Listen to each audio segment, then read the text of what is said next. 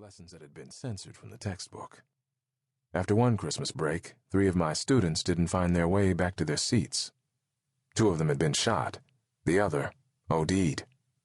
It was weeks before I stopped looking for them leaning against their lockers or glued to some girl in the library. I'd find a couple wrapped around each other between Hawthorne and Kipling. I'd sneak up behind them and say, "Davis, when are you going to cut this crap out?" A boy would look at me. A girl would straighten her shirt.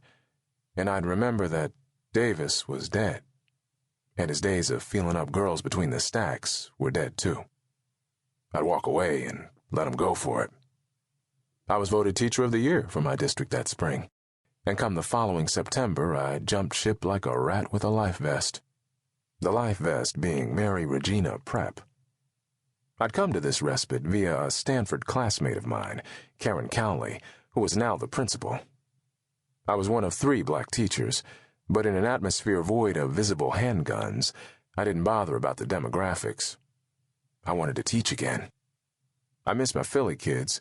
I miss seeing a kid fight against all odds to come out on top, but I was wooed and won by the sexy, slick covers of textbooks printed in this decade and the money that assured these kids a spot in any college that they could make the grades, the money that made them compete for that summa cum laude spot, the money that made them learn. I was teaching again, and that not only gave me the pleasure of seeing teenage minds argue ancient philosophies, but also gave me a captive audience with whom I could exercise my sadistic tendencies. I did this virulently in the form of the pop quiz. The kids in Philly used to call me Mr. PDQ, Mr. Pop Damn Quiz. The kids here no doubt gave me names of their own, but they were ready for me. One kid aced every quiz, every time. Nathaniel One Ear to the Classroom Westman. 8 weeks of 0 eye contact and perfect scores, and he definitely had my interest. I made an attempt to converse with him after class one day as he passed my desk. It went something like this. "Nathaniel, do you have a second? I'd like to talk to you about your test scores." "No, not really, Mr. Jensen." Back of his head, out the door. One Ear was not his only nickname. I learned his official one from Carl Hardestein, the soccer coach. I walked out to the field one afternoon during practice. It was one of those fall days that taught every one of your senses the meaning of crisp. Crossing lines of serrated gold fell through a stretch of blue above the city. The sounds of kids laughing and running echoed in the cool air. It was a week before Thanksgiving, and the smell of crimson and gold leaves crunching beneath my feet reminded me of pumpkin pie right around the corner. I took a deep breath and walked over to where the coach was standing, surveying the game. There was a flash of a familiar face, and I shook my head as a completely animated Westman flew past, landing a goal. "Is that Nathaniel Westman out there?" "Yep, R.C. Westman on the field." He said it like it was the team's slogan. "Ah, now that surprises me." Coach laughed. "Looks out the window all day, right?" I turned toward him. "Yeah, basically." He nodded his head, still watching the game.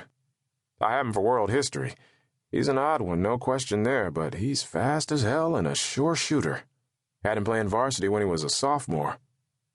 "Why RC?" "Red card. Red card Westman." "Red card, that's a penalty, right?" "Yep." "He's a fighter." "A fighter?" "Uh-huh." He made a couple of jabs at an invisible opponent, Rocky style, and I noted he was surprisingly light on his feet. "Fistfights? On the field?" "Oh yeah, right in the middle of the game. None of this tripping or shoving business either. He hauls right off and slugs a guy. Wham! I thought I was going to have to let him go. He brought down so many penalties I couldn't keep him in play." "What happened?" "He grew up, and they stopped picking on him." "Couldn't get the same response?" "No," he laughed.